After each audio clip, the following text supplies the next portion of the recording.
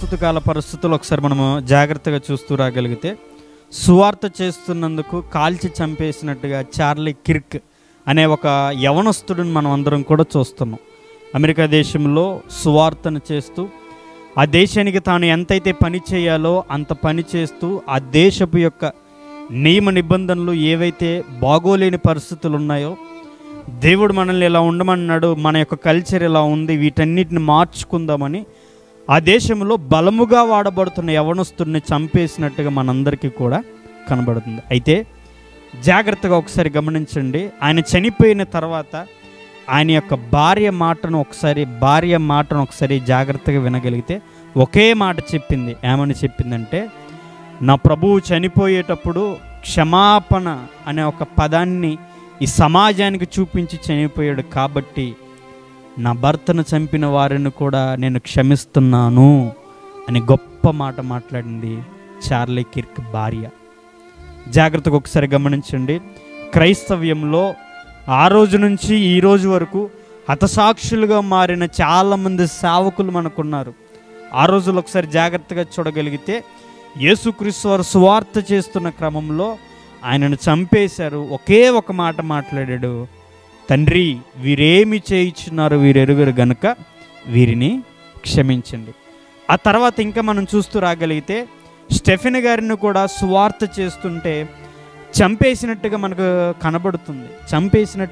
కనబడుతుంది. స్టెఫెన్ గారు కూడా ఒకే ఒక మాట అన్నాడు, ప్రభువా ఈ నేరము వీరి మీద మోపకు అని మాట్లాడు. ఇంకా చాలామంది క్రైస్తవులు, చాలామంది సేవకులు ఇలా చనిపోయిన దాఖలాలు మనకున్నాయి. అదేవిధంగా మనకు బాగా తెలుసు, గ్రహాం స్టెయిన్ గారు సువార్త చేస్తుంటే తనని తన పిల్లల్ని వ్యాన్లో పెట్టి కాల్చి చంపేసిన సందర్భాలు నేటికి మనకి ఇంకా గుర్తున్నాయి. గ్రహాం స్టెయిన్ గారి భార్య ఒకే ఒక మాట మాట్లాడింది, నా భర్తను చంపిన వారిని క్షమించండి. రీసెంట్ టైంలో మరలా మనం చూస్తున్నాం, ప్రవీణ్ పగడాల గారిని చంపేసినప్పుడు తన యొక్క భార్య ఇలా మాట్లాడుతూ ఒకే ఒక మాట మాట్లాడింది, జెసికా పగడాల, నా భర్తను చంపిన వారిని నేను క్షమిస్తున్నాను, నా భర్త ఒక మంచి హృదయం కలిగిన వ్యక్తి అని ఈ ప్రపంచానికి కొన్ని అద్భుతమైన మాటలు మాట్లాడింది. అదేవిధముగా ఈరోజు మనందరికీ కళ్ళకు కట్టినట్టుగా కనబడుతుంది చార్లీ కిర్క్ భార్య. ఏమైనా మాట్లాడుతుందో ఒకసారి ఈ వీడియో చూడండి. Father, forgive them, for they not know what they do. That man, that young man,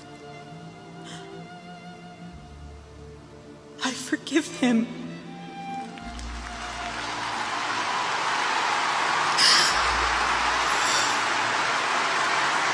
చూశారు కదా, ఒకే ఒక మాట మాట్లాడుతుంది,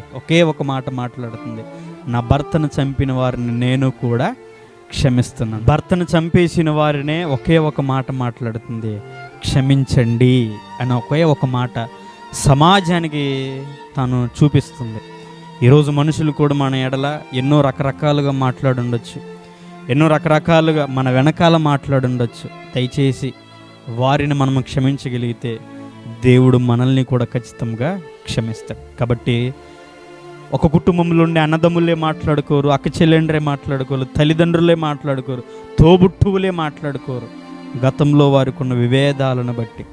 దయచేసి ఒకసారి గమనించండి, మనకున్న విభేదాలను బట్టో మనకున్న గొడవలను బట్టో మనం క్షమించకపోతే దేవుడు మనకు పరలోక రాజ్యాన్ని ఇస్తాడా?